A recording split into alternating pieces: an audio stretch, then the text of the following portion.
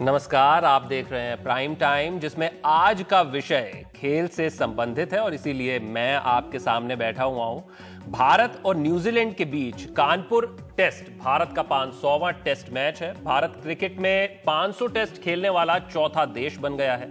भारत को जब test status मिला था तब वो उसे पाने वाला छठा देश था। 1932 में भारत ने अपना पहला टेस्ट इंग्लैंड के खिलाफ लॉर्ड्स के ऐतिहासिक मैदान पर खेला था। तब से लेकर अब तक, यानी भारत के पहले कप्तान सीके नायडू से मौजूदा कप्तान विराट कोहली तक, कुल 32 खिलाड़ियों ने भारत की टेस्ट में कप्तानी की। इस बीच बहुत से नाम भारतीय टेस्ट टीम का हिस्सा हुए, जिनमें से बहुतों ने विश्व क्रिकेट पर अपनी छाप भी छोड़ी।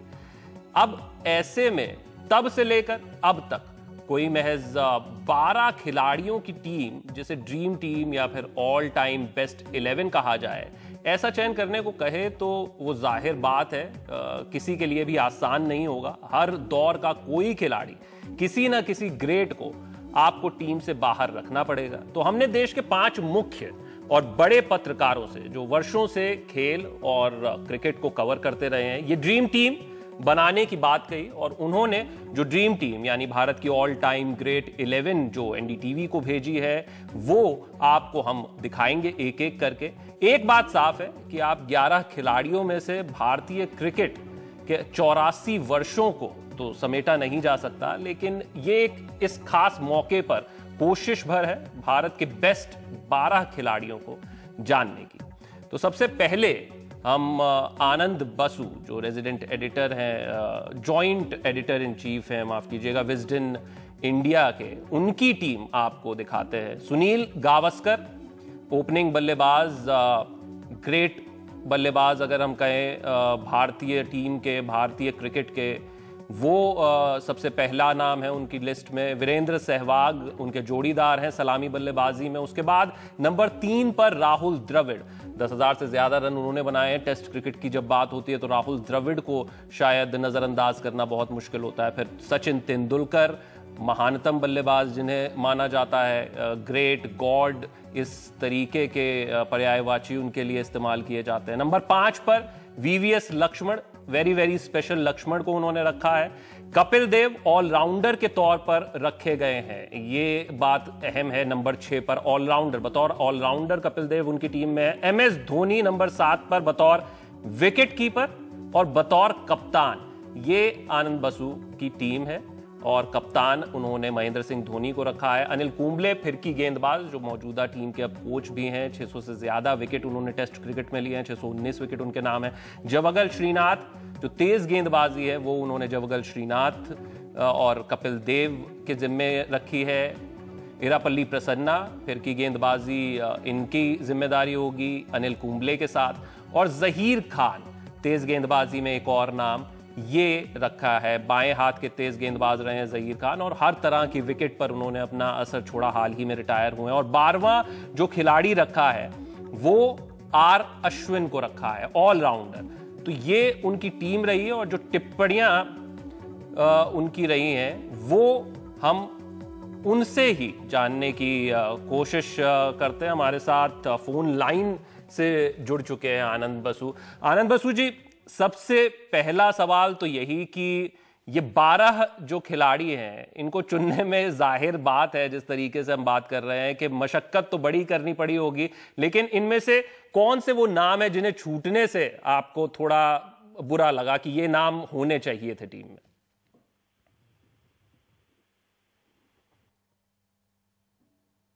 Question of one player or two in each of these slots. There are 2 or 3 other players you could have selected from the history of Indian cricket. There's so many cricketers for each of these slots.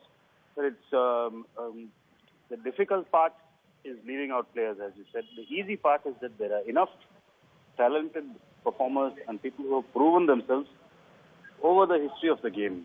Obviously, when we choose players, though, we tend to remember more of players whom we have seen in the recent past, whose performances we have watched live and both on television and from the cricket grounds. So some of the other cricketers from earlier eras, like how good was a Vinu Mankad, how good was Mohammad Nisar. It's very difficult to judge players for whom we not only we have not seen them, but even footage is not available.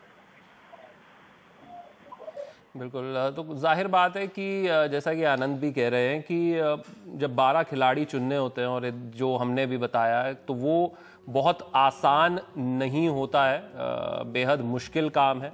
लेकिन आनंद बसु के ही साथ साथ हमारे साथ आज जो panel में जो मेहमान मौजूद हैं उनसे आपको रूबरू करवा देते हैं। हमारे साथ स्टूडियो में वरिष्ठ खेल पत्रकार जी राजा रमन मौजूद हैं। साथ ही कोलकाता स्टूडियो से हमारे साथ देवाशीष दत्ता है, जुड़ेंगे वो अभी। उनसे आप की चर्चा, वो कौन सी टीम रखते हैं अपनी 12 में, वो कौन से खिलाड़ी रखेंगे, उस पर चर्चा करेंगे। साथ ही डेक्कन क्रॉनिकल के रेजिडेंट एडिटर आर मोहन साहब हमारे साथ मौजूद है। स्वागत है सर आपका। और साथ ही हमारे साथ लोकेंद्र प्रताप शाही टेलीग्राफ के सीनियर एडिटर हैं, वो मौजूद हैं। और इन सब की टीम एक एक कर हम आपको दिखाएंगे और उस पर चर्चा करेंगे। लेकिन फिलहाल अभी आनंद बसु की टीम हमने आपको दिखाई है। और एक सवाल जो मैं पूछना चाहूँगा, हमारे साथ ही यहाँ पर बैठे हुए हैं जी राजा रमन साहब, क्या Mahendra Singh Dhoni all time list में कप्तान बनाया जा सकता है? मेरी टीम तो भी आई नहीं है। हाँ, लेकिन आप मेरे पत्ते पहले ही खोल रहे हैं, कोई दिक्कत नहीं है। तो ठीक शायद नहीं, लेकिन उनकी टीम पे टिप्पणी अच्छी टीम है, इसमें कोई दो राय नहीं। जैसे आनंद बासु ने बताया, अंग्रेजी में बहुत मुश्किल होता है क्योंकि हर जनरेशन में, हर पीढ़ी में कोई ना कोई खिलाड़ी होता है। मुझे लगता है कि जो हम लोग बैठे हुए हैं, जो हम खिलाड़ियों को देखे हैं उनमें से चुनाएं। सीके नायडू को हम में से शायद किसी ने नहीं देखा होगा, लाला अमरनाथ को बहुत ही कम लोग देखे होंगे खेलते हुए आज की तारीख में। तो मुश्किल हो जाता है ऐसे लोगों को बाहर रखना, क्या वो सही है? सुभाष गुप्ते है लेग स्पिनर, बहुत ही बेहतरीन लेग स्पिनर होते थे, उनको टीम में शामिल करना या ना करना, इस पे बहुत चर्चा हो सकता है। जैसे बासु ने कहा, आनंद बासु ने कहा, मोहम्मद निसार 23 गेंदबाज होते थे, पहले टेस्ट मैच उन्होंने खेला। लाला अमर सिंह ने खेला है, बहुत बेहतरीन खिलाड़ी है। 12 खिलाड़ी चुनना बहुत मुश्किल काम है। बिल्कुल, 12 खिलाड़ी चुनना मुश्किल काम है। और यही बात आनंद बसु आपसे भी जानना चाहूंगा कि अगर जब 12 खिलाड़ी चुनते हैं और ये जो आपकी टीम नजर आती है उसमें अगर आप एक इरापल्ली प्रसन्ना को छोड़ दें तो ज्यादातर जो नाम है वो इसी दौर के नाम है। आपने किसी भी पिछले दौर के खिलाड़ियों को, या यूं कहें कि 90 से पहले वाले जो दशक रहे हैं, उनमें से ज्यादा किसी खिलाड़ियों को चुना नहीं है। स्टैट्स के लिहाज से शायद सही टीम है, लेकिन क्या सब कुछ स्टैट्स पर ही निर्भर करता है? Like I was telling you earlier, you are obviously much more influenced by what you have seen. So it's difficult to ignore the statistics when it comes to these players. It's not only a question of choosing on statistics, because then you would not require any selectors at all in cricket. It's a little bit about the combination. It's a little bit about having one off spinner, one leg spinner, one left arm fast bowler, one right arm fast bowler, an all-rounder. Perhaps in slightly different conditions, or if you're playing this test match overseas, you might pick a slightly different team. If you're depending on the opposition, you might change things around a little bit. But at the end of the day, there is not one person in this 11 who does not deserve to be in the team. I think the numbers back them up. It's difficult to compare statistics across different generations, but each of these players, in his own right, whether with bat or ball, has very special numbers to go by.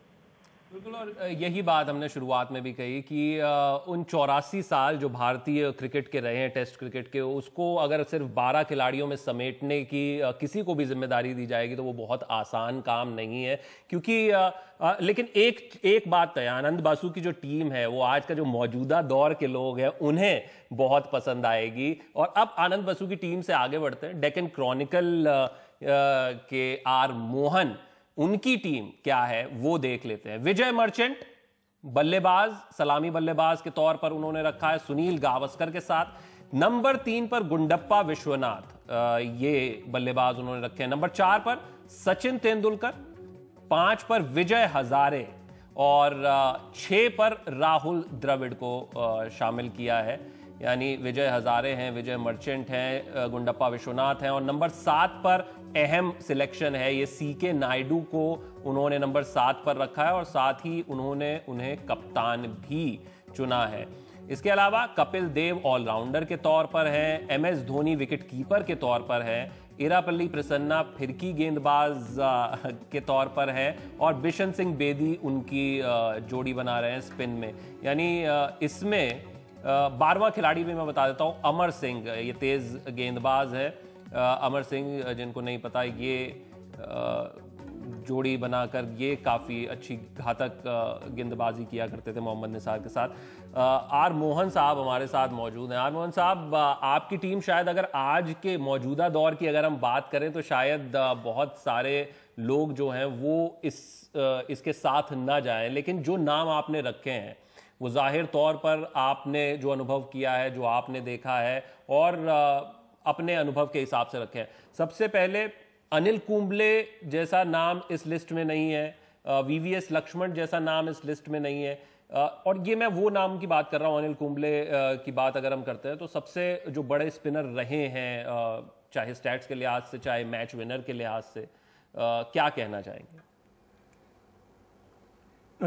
If I was picking, मगर अगर मैं modern Indian team pick, if I was to pick that team, then certainly I would have put Anil Kumble or Sehwag 100%.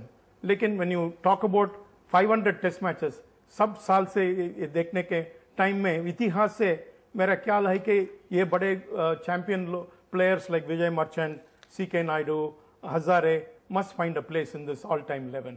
मेरा ख्याल में ऐसा लगा कि across eras it's not easy to compare, लेकिन ये बड़े चैंपियन, पुराना चैंपियन को भी ये 11 में हम I had to pick them so that it becomes a representative Indian 11 of across 499 test matches. बिल्कुल, आपने जाहिर तौर पर सारे डेकेड्स को महत्वता दी है, सारे जो दौर हैं उनको महत्वता दी है, लेकिन जब कप्तानी का चुनाव आया तो क्यों सीके नायडू? मैं जानता हूं उन्होंने कोई टेस्ट नहीं जीता, मैं ये भी जानता हूं कि शुरुआती दौर में उन्होंने कप्तानी की जब भारत टेस्ट क्रिकेट में शुरुआत कर रहा था, वहां पे कोई मजबूत टीम नहीं थी, तो लेकिन उसके बावजूद भी सीके नायडू क्या कप्तान के तौर पर, इसके पीछे क्या वजह क्या रही खास तौर पर? No, what I read of history, वो इतिहास में हम पढ़े थे, इसमें CK Naidu comes out as a brilliant cricketer of that era, of any era actually. If you read his history, the way he was dedicated to the game, there was just nobody like that. I don't think there was anybody as brave as CK Naidu.